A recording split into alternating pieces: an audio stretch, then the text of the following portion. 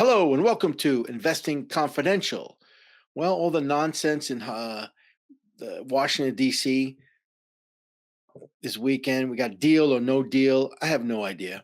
I mean, will there be a deal? Of course, there's going to be some kind of deal, but you had supposedly a deal happen on Saturday, and then you've got the extreme right, the extreme left clamoring. I mean, I have no idea.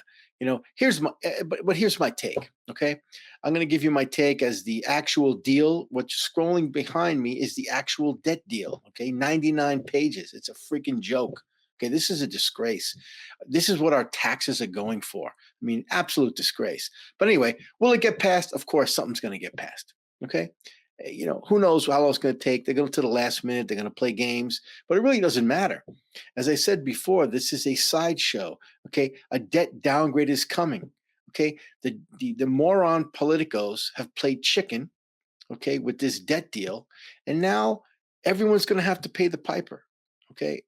I don't care where you come out on this, whether you think the country's spending too much, which it is, or we need this thing for other reasons. I have no idea. It doesn't really matter. Okay. The politicos have printed money. They're printing, borrowing money left and right, and they're debasing the currency. And all that's going to happen is we're going to pay the piper. We're going to have our debt downgraded, and that's it. Okay. And that's going to cause some real volatility. But as you can see, it's this garbage that's scrolled behind me. Okay, that's scrolling. It's a disgrace. Okay, it's all legalese. It means nothing, absolutely nothing. Okay, and essentially, what they're saying is there's no increases in spending through 2024. No increases. No increases. But the current spending is going to continue, and the debt's going to rise dramatically. And so is the debt service. No one's focusing on that. They're focusing on the debt and not the debt service. We're going to be, as we talked about, $1 trillion in U.S. interest payments. This is a disgrace. Okay, there's no way S&P and Fitch, if they're independent, will not downgrade the U.S. Okay, and we're going to be downgraded right into a recession. Okay, and the real issue here, folks, is the economy. Okay, this is all a sideshow. The bank, supposed, the bank failures. Oh, this is all bullcrap because it's the economy. Okay, but as we talk about the economy, let me just focus on what's going on around the world. Okay, which is even more dramatic. Okay, here's a few, interesting charts here that you have to look at. So you got first Taiwan exports. I think we talked about this before. They are plummeting. Okay, when you look at Taiwan exports, how important they are, especially in the tech sector and the global economy, it means earnings are coming down. That's all it means. Global recession is a recession in earnings is coming based on what we're seeing in Taiwan and also Korea. Okay. Then we got Germany, the largest economy in Europe, just fell into recession. Gone. Okay. Why? Here's why. As you can see here, government spending plummeted. Okay, why? I have no idea, but that's a good thing. If the U.S. government stopped like the German government did, we would be in a depression, folks, not a recession.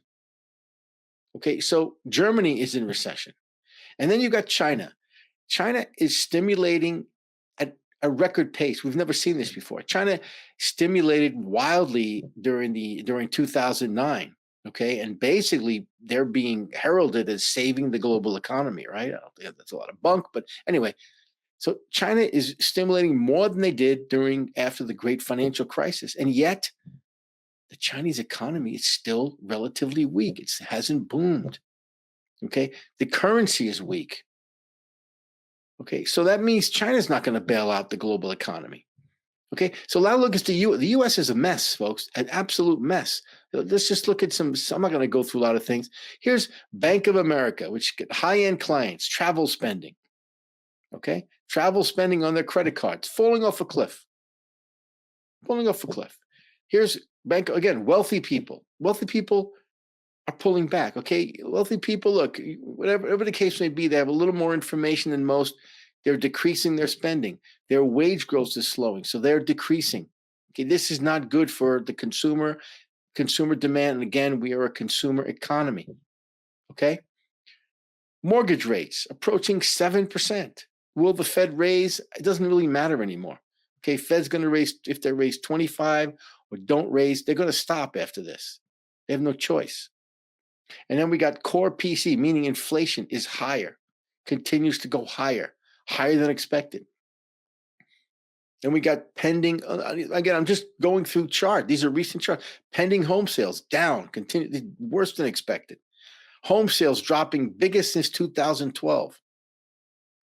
Medium home sales, prices are crushed into negative territory. Okay.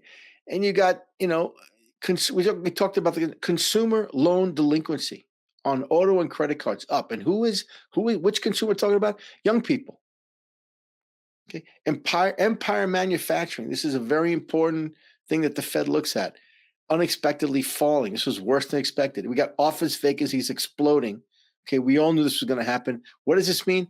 It's bad for banks, folks. Bad for banks. And what do banks do when they have big problems? They stop lending into a recession. And this is, again, into a recession. Lending's going to decrease. Okay. But again, let's take a step back and talk about the markets. Okay. What's the positioning? Okay, positioning is still bearish, but look at the breadth driven by AI, this whole AI feeding frenzy and the mega tech stocks. The breadth is the worst that I've seen it in probably 25 years, meaning there's less stocks causing the market, doing all the return in the market. It's like 2 or 3 stocks. Most of the gains are from a handful of companies. This cannot continue. If you want to look up something, look up Nifty 50. Okay, look at what happened to Nifty 50 in the 70s. Okay, there was the breadth of the market was as weak as it is now, and then all of a sudden, total collapse. But again, as I mentioned, just everyone's still negative. Okay, if there's any good news, the market's going to explode like it's probably going to do with this debt thing. Okay, shorts going to need to buy, put buyers are selling. Okay, cause the market to go higher. When the market makers have to hedge. So you need to stay nimble. Okay. Now remember we talked about the T-bills. Okay. The short-term T-bills at 7%. If you bought those, you made a hell of a trade because a week later they're down at 5%. Okay. The prices have gone up and you locked in a very good yield for a short period of time, but still better than the stock market. Okay. So bottom line here, folks, the debt deal or no deal, it's going to happen eventually. There's going to be tremendous volatility, but the downgrade is coming. I think the downgrade now is baked in. Baked in downgrade, not baked into the market. But again, can the market go down very much? No, it can't. No, it can't. But it will. But now it can't because the positioning is still incredibly bearish. So again, traders, you could trade this market. Any good news, you're going to have a significant move to the upside, but it's short-lived because the economy is plummeting in the pits. So as an investor, you must be very careful out there.